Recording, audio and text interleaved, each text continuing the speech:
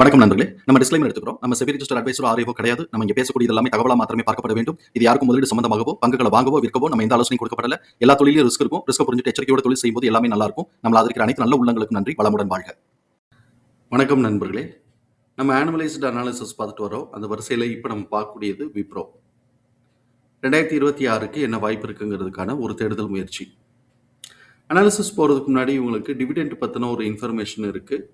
Dividend வந்து ₹6 per share கொடுக்குறாங்க. Due date வந்து 27 ஜனவரி 2026. இப்போ நம்ம அனாலிசிஸ் பார்ப்போம்.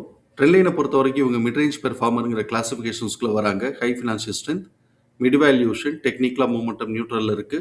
அனாலிசிஸ்ட் பிரைஸ் டார்கெட்டா 264ன்னு டார்கெட்டை டவுன் சைட் பண்ணியிருக்கிறாங்க. நம்ம இந்த வீடியோ ரெக்கார்ட் பண்ணக்கூடிய தருணத்தில் 267ன்னு ட்ரேட் க்ளோஸ் ஆயிருக்கு. இவனுடைய பிஇ வேல்யூஷனை பார்க்கும்போது கரண்ட் பிஇக்கும் சரி 1 இயர் ஃபார்வர்ட் பிஇக்கும் சரி அண்டர் வேல்யூ சொல்லிட்டு இண்டிகேட் ஆகிட்டு இருக்கு. இவனுடைய ஃபண்டமெண்டலில் high level of liquidity position maintain பண்ணுறாங்க. ஹை ரேட் ஆஃப் ரிட்டர்ன் எடுக்கிறாங்க. டெப்ட் டு ஈக்விட்டி வித் இந்த தியரட்டிக்கல் லிமிட்டில் இருக்குது. பிஇ அண்ட் பிபிஐ பொறுத்த வரைக்கும் சப்சிக்வெண்ட்டாக க்ரோத்துக்கான ஆப்பர்ச்சுனிட்டி இருக்குது. ஆனால் பெக்டிடிஎம் பார்த்தோம் அப்படின்னு சொன்னால் 3 இருக்குது. இது எக்ஸ்பென்சிவ் வேல்யூஷன் சொல்லிட்டு இண்டிகேட் ஆகுது. நம்மளுடைய பிகி ரேங்கிங்கில் பார்த்தோம்னாக்க அதோட வேல்யூ பார்த்தோம்னா 1.9 வருது. இதுவும் நமக்கு எக்ஸ்பென்சிவ் வேல்யூஷனுங்கிறது இண்டிகேட் பண்ணுது. நெட் கேஷ் ஃப்ளோ பாசிட்டிவாக இருக்குது. ரிலேட்டிவ் ரிட்டர்ன் நிஃப்டி 50யோட லாஸ்ட் இயர் வந்து 15% கம்மியாக கொடுத்துருக்குறாங்க. பார்ப்போம் இந்த வருஷம் எப்படி பண்ணுறாங்கன்னு பார்ப்போம். பீட்டா ஸ்கோர் 1.1 அப்படிங்கும்போது கொஞ்சம் ஹை வாலட்டிலிட்டிங்கிறத கவனத்தில் எடுத்துக்கிறோம். ட்ரெண்ட் லைனில் பார்ட்டிசிபேட் பண்ணக்கூடிய அனாலிசிஸ்டுடைய ஃபோர்காஸ்ட் எப்படி இருக்குன்னு பார்க்குறோம். ரெவென்யூ ஃபோர்காஸ்ட் ஆனுவலைஸ்டாக நம்ம பார்க்கும்போது ஒரு 6% to 7% க்ரோத்துக்கான ஆப்பர்ச்சுனிட்டி இருக்குன்னு எதிர்பார்க்குறாங்க.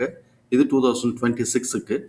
அதே இது 2027க்கும் பார்த்தோம் அப்படின்னு சொன்னோம்னாக்க 6% கிட்டக்க க்ரோத்துக்கான ஆப்பர்ச்சுனிட்டி இருக்குன்னு எதிர்பார்க்குறாங்க. இபிஎஸ் உடைய ஃபோர்காஸ்ட் ஆனுவலைஸ்டாக பார்க்கும்போது 0.7 க்ரோத்துக்கான ஆப்பர்ச்சுனிட்டி இருக்குன்னு எதிர்பார்க்குறாங்க. இது 2026க்கு. இவன் டிசம்பர் குவார்ட்டருக்கான Q3 ரிசல்ட் அனௌன்ஸ் பண்ணியிருக்கிறாங்க. அதில் குவார்ட்டர்லி ரெவென்யூ பார்த்தோம் அப்படின்னு சொன்னால் 5.3% இயர் ஆன் இயர் இன்க்ரீஸ் ஆயிருக்கு. ஆனால் நெட் ப்ராஃபிட் பார்த்தோம்னாக்க 7% இயர் ஆன் இயர் கம்மியாயிருக்கு அப்படிங்கிறத கவனத்தில் எடுத்துக்கிறோம். இதனால இபிஎஸ் உடைய லெவல் 3.1லேருந்து 3 அப்படிங்கிற லெவல் குறைஞ்சு போயிருக்கு. இபிஎஸ் உடைய டிடிஎம் பார்த்தோம் அப்படின்னு சொன்னாக்க 12.7ன்னு வந்திருக்கு. 0.2 போன குவார்ட்டர் காட்டிலும் கம்மி. ஸோ இப்போ இந்த தகவல்களோட நம்ம வந்து 2026க்கு என்ன வாய்ப்பு இருக்குன்னு நம்ம பார்ப்போம். 2025 அவன் ஹை லோ பிஹேவியர் எப்படி பண்ணியிருக்கிறான்னு பார்ப்போம். ஃபர்ஸ்ட் 2025 ஜனவரி மாதம் 325 ஹை வச்சிருக்கிறாங்க. ஏப்ரல் மாதம் 2025 228 லோ வச்சிருக்கிறாங்க.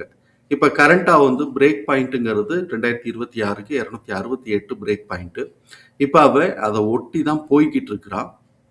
ஒரு ஸ்ட்ராங் ஒரு கரெக்டிவ் ட்ரெண்டுன்னு வந்தது அப்படின்னு சொன்னாக்க நம்ம கவனத்தில் இருக்கக்கூடிய ப்ரைஸ் ரேஞ்ச் வந்து பார்த்தோம்னா S1 211, S2 171, S3 114.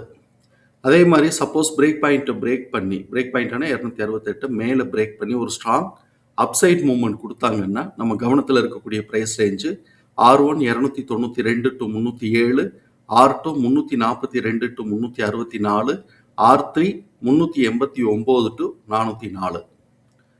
தகவல் பயனுள்ளதாக இருக்கும் நம்புறோம். தகவல் பயனுள்ளதாக இருந்ததுன்னா சங்கருக்கு ரொம்ப சந்தோஷம். நம்மளை ஆதரிக்கிற அனைத்து நல்ல உள்ளங்களுக்கும் நன்றி. வளம்.